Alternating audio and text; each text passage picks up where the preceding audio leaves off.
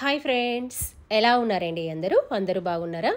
మనం ఈరోజు వీడియోలో 32 సైజు వాళ్ళకి సింపుల్గా చాలా ఈజీగా ఫ్రాక్ అనేది ఏ విధంగా కట్ చేసి కుట్టాలో తెలుసుకుందాము. ఇక్కడ నేను దీనికోసము మెయిన్ ఫ్యాబ్రిక్ మరియు లైనింగ్ రెండు కూడా 2 మీటర్లు అనేది తీసుకున్నాను. ముందుగా మనం లైనింగ్ భాగాన్ని తీసుకొని ఈ విధంగా 4 వరుసలుగా వేసుకోవాలి. ఇలా 4 వరుసలుగా వేసుకున్నప్పుడు ఈ అంచు భాగాలు కలవాలి. క్లోజ్గా ఉన్నది మన వైపు, ఓపెన్గా ఉన్నది ఆపోజిట్గా ఉండాలి. ఇక్కడ 2 మీటర్లు 4 వరుసలుగా వేశాను. లెంత్ కనుక చూసుకున్నట్లయితే 39 ఇంచులు అనేది ఉంది. ఇందులో మనకి బాడీ పార్ట్కి 13.5 ఇంచులనే తీసుకుంటున్నాను. మీరు కావాలంటే 14 ఇంచులు కూడా తీసుకోవచ్చు. కొంచెం చిన్నగా ఉండాలని చెప్పేసి 1/2 ఇంచ్ అనేది తగ్గించాను అన్నమాట. నార్మల్గా అయితే 14 ఇంచులు సరిపోతుంది. ఇలా విధంగా మార్కింగ్ పెట్టుకొని మార్కింగ్ పెట్టే భాగాన్ని కటింగ్ అనేది చేసుకోవాలి. ఇక్కడ మనకి పైది వచ్చేసి బాడీ పార్ట్ భాగానికి. ఇప్పుడు కింద కనుక లెంత్ కనుక చూసుకున్నట్లయితే ఎంత ఉంది అంటే 25 ఇంచులు అనేది ఉంది. ఇది లైనింగ్ భాగము. ఇక్కడ మనకి మెయిన్ క్లాత్ అనేది 28 ఇంచులు ఉండాలి. లైనింగ్ భాగము 3 ఇంచులు తక్కువ తీసుకున్నాను అన్నమాట. ఇప్పుడు ఇందులో మనకి బాడీ పార్ట్ భాగం అనేది తీసుకోవాలి. మనకి నార్మల్గా అయితే బాడీ పార్ట్ లెంత్ అనేది 14 ఇంచులు సరిపోతుంది. ఇక్కడ మెజర్మెంట్స్ కనుక చూసుకున్నట్లయితే నెక్ మరియు షోల్డర్ భాగానికి కలిపి 5.5 ఇంచులు తీసుకున్నాను. షోల్డర్ భాగము 3 ఇంచులు, చంక భాగం వచ్చేసి 5.5 ఇంచులు. ఈ విధంగా మార్కింగ్ పెట్టుకొని రెండు వైపులా సరి చూసుకోవాలి, క్రాస్ అనేది పోకుండా. ఇక్కడ చెస్ట్ యొక్క చుట్టుకొలత 32 ఇంచులు. 4 భాగాలుగా చేస్తే 8 ఇంచులు, 2 ఇంచులు ఎక్స్ట్రా ఖర్చు అన్నమాట, అంటే 10 ఇంచులు. ఇలా విధంగా మార్కింగ్ పెట్టుకోవాలి. నడుం భాగం దగ్గర చుట్టుకొలత 28 ఇంచులు. 4 భాగాలుగా చేస్తే 7 ఇంచులు, 2 ఇంచులు ఎక్స్ట్రా తీసుకోవాలి, అంటే 9 ఇంచులు. ఇక్కడ డాట్స్ అనేవి వేయట్లేదు. మీకు డాట్స్ కావాలనుకున్నట్లయితే కింద కూడా 10 ఇంచులు తీసుకోండి. ఇలా ఈ విధంగా మార్కింగ్ అని పెట్టుకున్న తర్వాత ఇప్పుడు మార్కింగ్ పెట్టే భాగాన్ని విధంగా కలుపుకోవాలి. ఇక్కడ ఏంటంటే చెస్ట్ భాగం దగ్గర 10 ఇంచులు తీసుకున్నాను, నడుం భాగం దగ్గర 9 ఇంచులు తీసుకున్నాను ఖర్చు భాగంతో సహా. తర్వాత చంక భాగం దగ్గర 1.5 ఇంచుకి 1 మార్కు, 1 ఇంచుకి 1 మార్కు తీసుకోవాలి. ఇక్కడ కర్వ్ భాగం అనేది తీసుకోవాలి. ఇలా సగ భాగం వరకు ఇలా స్ట్రైట్గా వచ్చి ఇలా ఒరిజినల్ కొలత వరకు ఇలా కర్వ్ అనేది తీసుకోవాలి. ఇక్కడ మనకి 1.5 ఇంచు అనేది బ్యాక్ భాగానికి, 1 ఇంచు అనేది ఫ్రంట్ భాగానికి. ఇక్కడ మనకి నెక్ వెడల్పు అనేది 2.5 ఇంచులు కదా. నెక్ డీప్ కనుక చూసుకున్నట్లయితే ఫ్రంట్ భాగానికి మరియు బ్యాక్ భాగానికి కూడా 6 ఇంచులు అనేది తీసుకుంటున్నాను. ఇక్కడ కొంచెం నెక్ అనేది స్టిచ్చింగ్ చేసేటప్పుడు చూపిస్తాను. నెక్ భాగానికి ఇక్కడ నేను కటింగ్ అయితే చేయట్లేదు. ఇక్కడ డాట్స్ అనేవి వేయట్లేదు. కాకపోతే ఈ సగ భాగం వరకు స్ట్రైట్గా వచ్చేసి ఇలా కర్వ్ అనేది తీసుకోవాలి. పై భాగానికి లాంగ్ ఫ్రాక్కి లేదా ఫ్రాక్ ఇలా పైకి కర్వ్ అనేది తీసుకోవాలి. ఇలా కర్వ్ అనేది తీసుకోవడం వల్ల షేప్ అనేది పర్ఫెక్ట్గా వస్తుంది. ఇలా విధంగా మార్కింగ్ పెట్టుకొని మార్కింగ్ పెట్టిన భాగాన్ని కటింగ్ అనేది చేసుకోవాలి. ఇక్కడ మనం పైది ఫ్రంట్ భాగం కింద తీసుకుందాము. ఇప్పుడు దీన్ని మనము విడిగా తీసుకొని చంక లోతు భాగాన్ని కట్ చేసుకోవాలి. 1 ఇంచ్ అన్నాం కదా. ఇప్పుడు మనకి బాడీ పార్ట్ భాగం కట్ చేయగా పక్కన క్లాత్ అనేది మిగిలింది కదా, అందులో హ్యాండ్స్ భాగము నెక్ భాగం అనేది వేసుకుంటే సరిపోతుంది. అంటే బక్రం క్లాత్తో నెక్ భాగాన్ని వేసుకుంటే సరిపోతుంది. ఇలా మనము చంక లోతు భాగాన్ని కూడా కట్ చేసుకున్న తర్వాత మెయిన్ క్లాత్ భాగాన్ని తీసుకోవాలి. ఇది కూడా 2 మీటర్లు 4 వరుసలుగా వేశాను. అయితే ఇక్కడ అంచు భాగాలు పక్క వైపు కాకుండా పైకి కిందికి వచ్చే విధంగా వేశాను. ఇక్కడ గమనించండి, పైకి కిందికి వచ్చే విధంగా వేశాను. ఇక్కడ కింద బాడీ పార్ట్ భాగాన్ని వేసుకోవాలి. వేసుకుంటే పైన ఉన్నది నేను కింది పార్ట్ యొక్క లెంత్ అనేది తీసుకుంటున్నాను. ఇక్కడ మనకి లెంత్ అనేది 28 ఇంచులు అనేది రావాలి. నాకు దాదాపుగా ఇక్కడ ఒక 1 ఇంచ్ అనేది తక్కువ వచ్చింది. ఇక్కడ మనకి ఎలాగో కింద అంచు భాగం ఉంది కాబట్టి పట్టి పెట్టకపోయినా కూడా సరిపోతుంది, లేదా జస్ట్ ఒక 1/2 ఇంచు లోపలికి ఫోల్డింగ్ చేస్తే సరిపోతుంది అనమాట. ఇక్కడ నాకైతే 27 ఇంచులు అనేది వచ్చింది. ఇలా బాడీ పార్ట్ భాగాన్ని వేసుకొని కట్ చేసుకోవాలి. మనకి పక్కన క్లాత్ అనేది మిగులుతుంది కదా, అందులో మనము హ్యాండ్స్ భాగము తర్వాత నడుం భాగం దగ్గర నాడ భాగాలు అనేవి కుట్టుకోవాలన్నమాట ఇందులో. ఇప్పుడు ఇక్కడ లెంత్ కనుక చూసుకున్నట్లయితే 27 ఇంచులు అనేది ఉంది. వెడల్పు వచ్చేసి 21 ఇంచ్ అనేది ఉంది. ఇలా చూడండి, ఈ విధంగా అనమాట. ఇలా మనం కుచ్చులని పెట్టేసుకోవాలి. చూడండి, ఇది దేనికది లైనింగ్ అనేది వేస్తున్నాను. ఇలా వేసుకున్న తర్వాత ఇప్పుడు మనకి కటింగ్లో మిగిలిన క్లాత్ ఉంది కదా, ఇందులో హ్యాండ్స్ భాగాలను వేసుకోవాలి. ఇక్కడ నేను 4 వరుసలుగా వేశాను. హ్యాండ్ యొక్క లెంత్ అనేది ఇక్కడ నేను 6 ఇంచులు అనేది తీసుకుంటున్నాను. మనకి కుట్టిన తర్వాత 5 ఇంచులు అనేది వస్తుంది. ఇలా 6 ఇంచులకి మార్కింగ్ అనేది పెట్టుకోవాలి. ఇక్కడ క్లాత్ అనేది 2 మీటర్లే ఉంది కాబట్టి ఇక నార్మల్గా స్మాల్ హ్యాండ్స్ వేసుకుంటున్నాను. మీ క్లాత్ ఎక్కువ ఉన్నట్లయితే అంబ్రెల్లా స్లీవ్స్ కూడా వేసుకోవచ్చు. తర్వాత ఇక్కడ హ్యాండ్ యొక్క లూజ్ వచ్చేసి 5.5 ఇంచులు, ఎక్స్ట్రా ఖర్చు 2 ఇంచులు.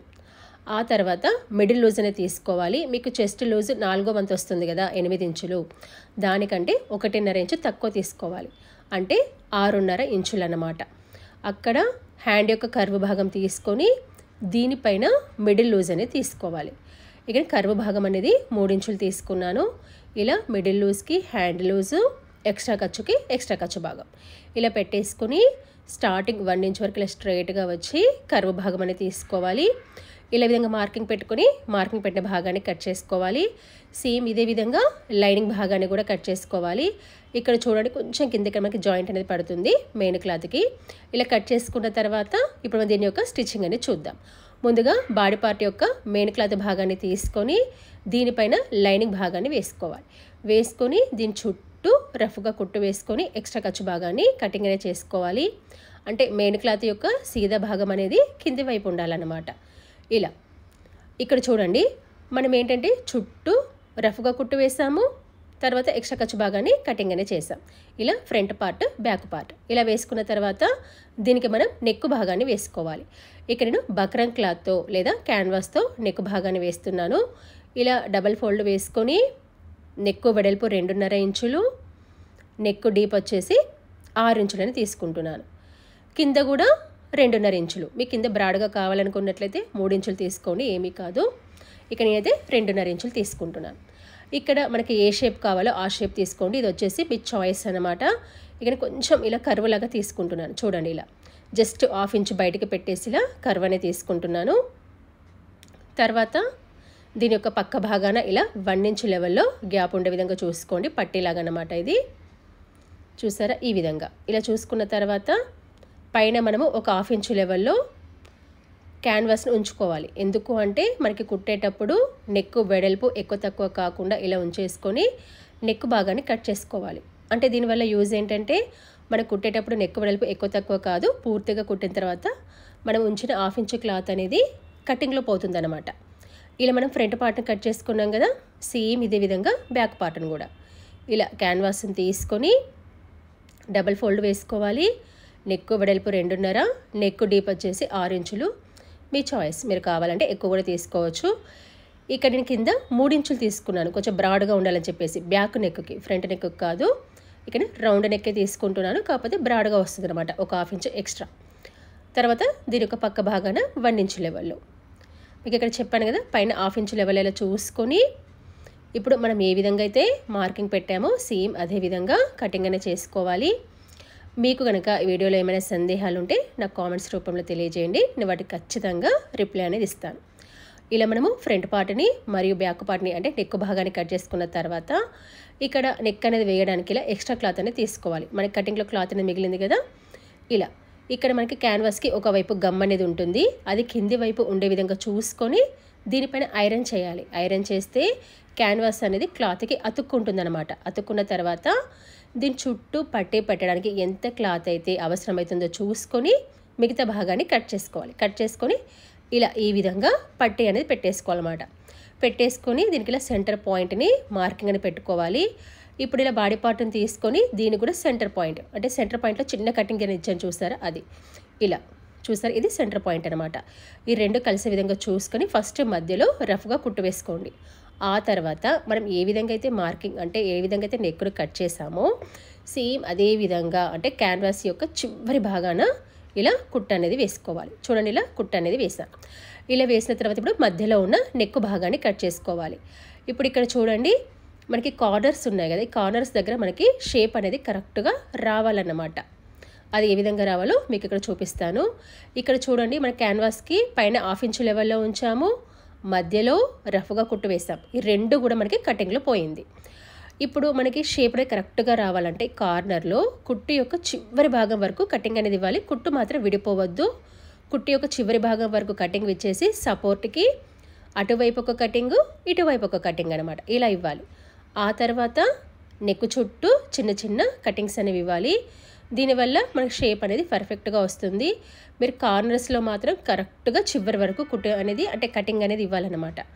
ఆ తర్వాత నెక్ భాగాన్ని ఈ విధంగా బయటి వైపు అనుకొని కుట్టు వేసి ఆ తర్వాత లోపలి వైపు అనుకొని దీని యొక్క పై భాగాన కుట్టు వేసుకోవాలి. ఇక్కడ చూడండి మనకి కార్నర్లో షేప్ అనేది వచ్చింది కదా. ఇలా మీరు కావాలంటే దీనిపైన ఒకసారి ఐరన్ కూడా చేసుకోవచ్చు. నెక్ భాగాన్ని వేసిన తర్వాత ఇక్కడ చూడండి, ఇక్కడ మనకి కార్నర్లో షేప్ అనేది ఏ విధంగా వచ్చిందో. మీకు షేప్ అనేది రావాలంటే కార్నర్లో కరెక్ట్గా కుట్టు యొక్క చివరి భాగం వరకు కటింగ్ అనేది ఇవ్వాలి. ఆ తర్వాత మీరు కావాలంటే ఐరన్ కూడా చేయొచ్చు. సేమ్ ఇదే విధంగా బ్యాక్ నెక్ వేసాను. చూడండి ఇక్కడ కింద 1/2 ఇంచు కొంచెం ఎక్స్ట్రా కట్ చేశాను కదా, అందుకే ఇలా బ్రాడ్గా వచ్చిందనమాట. ఇప్పుడు ఈ రెండింటి యొక్క షోల్డర్ భాగాలను జాయింట్ అనేది చేసుకోవాలి. ఇలా రెండింటి యొక్క సీదా భాగాలు ఎదురెదురుగా ఉండే విధంగా చూసుకొని వీటి యొక్క షోల్డర్ భాగాలను జాయింట్ అనేది చేసుకోవాలి. ఇలా జాయింట్ చేసుకున్న తర్వాత ఇప్పుడు మనం వీటికి హ్యాండ్స్ భాగాలను వేసుకోవాలి. ఇక్కడ నేను మెయిన్ క్లాత్ యొక్క కటింగ్ అనేది చూపించాను కదా, సేమ్ అదేవిధంగా లైనింగ్ భాగాన్ని కూడా కట్ చేసి సీదాకి సీదా వైపు వేసి కుట్టి తిప్పాను అనమాట. ఇప్పుడు ఈ రెండింటి యొక్క సీదా భాగాలు ఎదురెదురుగా ఉండే విధంగా చూసుకొని హ్యాండ్ యొక్క ఫ్రంట్ డీప్ భాగాన్ని కట్ చేసుకోవాలి. జస్ట్ ఇలా 1/2 ఇంచు లోపలికి చూడండి, ఈ విధంగా 2 ఇంచుల ఎక్స్ట్రా ఖర్చు వదిలేసుకొని ఇలా 1/2 ఇంచు లోపలికి కట్ చేసుకోవాలి. ఇది మనకి బాడీ పార్ట్ యొక్క ఫ్రంట్ భాగానికి రావాలన్నమాట. ఇలా గుర్తు కోసం చిన్న కటింగ్ అనేది ఇచ్చాను. ఇక్కడ చూడండి మనకి బాడీ పార్ట్ ఫ్రంట్ ఎటు భాగం ఉంది, ఇటువైపు ఉంది. ఇది వచ్చేసి బ్యాక్ భాగం. ఇక్కడ మనకి ఈ ఫ్రంట్ భాగం హ్యాండ్ యొక్క ఫ్రంట్ భాగము బాడీ పార్ట్ యొక్క ఫ్రంట్ భాగానికి రావాలి. ఇలా సెంటర్ నుండి జాయింట్ అనేది చేయాలి. ఇలా సెంటర్ నుండి జాయింట్ చేస్తే రెండు వైపులా ఈక్వల్గా వస్తుంది.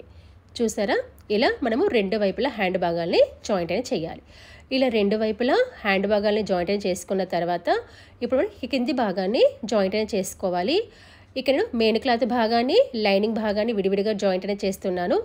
మీరు కావాలి అనుకున్నట్లయితే లైనింగ్ భాగాన్ని మెయిన్ భాగాన్ని కలిపి ఒకేసారి కూడా జాయింట్ అనేది చేసుకోవచ్చు. ఇక నేనైతే విడివిడిగా జాయింట్ చేస్తున్నాను, ఎందుకంటే నీట్ ఫినిషింగ్ కోసం అన్నమాట. ఇక్కడ మన కుచ్చులను ఏ విధంగా పెట్టుకోవాలంటే స్టార్టింగ్ ఇక్కడ మనకి ఎక్స్ట్రా ఖర్చు అనేది 2 ఇంచుల వరకు ప్లెయిన్గా రావాలి. ఇక్కడ చూడండి, ఇటు స్టార్టింగ్ తర్వాత రెండో వైపు కూడా స్టార్టింగ్ అనమాట. ఇలా రెండు వైపులా 2 ఇంచులు 2 ఇంచులు వదిలివేసుకొని ఈ మధ్యన భాగంలో కుచ్చులన్నీ పెట్టేసుకోవాలి. సేమ్ ఇదే విధంగా బ్యాక్ పార్ట్ కూడా కుచ్చులన్నీ పెట్టేసుకోవాలి. అయితే కుచ్చులను ఏ విధంగా పెట్టాలి అంటే ఇలా సీదాకి సీదా వైపు వేసుకోవాలి. వేసుకొని 2 ఇంచుల వరకు ప్లెయిన్గా వచ్చేసి కుచ్చులు పెట్టేసుకోవాలి. సేమ్ ఇదే విధంగా రెండో వైపున కూడా మీకు పర్ఫెక్ట్గా రావాలి అనుకున్నట్లయితే సెంటర్ పాయింట్ చూసుకొని కూడా కుచ్చులు అనేవి వేసుకోవచ్చు. ఇలా కుచ్చులు పెట్టేసి దీనిపైన నేను ఐరన్ అనేది చేశాను. ఇప్పుడు మనం లైనింగ్ భాగాన్ని జాయిన్ చేసుకుందాం. ఇక లైనింగ్ భాగాన్ని రెండో వైపు నుంచి అంటే ఉల్టా వైపు నుంచి జాయిన్ చేస్తున్నాను. మీకు ఇక్కడ చెప్పాను కదా, మీరు కావాలంటే రెండు ఒకేసారి జాయిన్ చేసుకోవచ్చు. నేను విడివిడిగా చేస్తున్నాను, ఎందుకంటే ఇటు ఉల్టా వైపు నుంచి కుచ్చులు పెట్టడం వల్ల మనకి సీదా భాగం వైపు ఉల్టా భాగం వైపు రెండు వైపులా నీట్ ఫినిషింగ్ అనేది ఉంటుందన్నమాట. ఒకవేళ మీకు మెయిన్ క్లాత్ ఎక్కువ లైనింగ్ క్లాత్ తక్కువగా ఉన్నప్పుడు కూడా ఈ విధంగా పెట్టుకున్నా కూడా నీట్ ఫినిషింగ్ అనేది ఉంటుంది.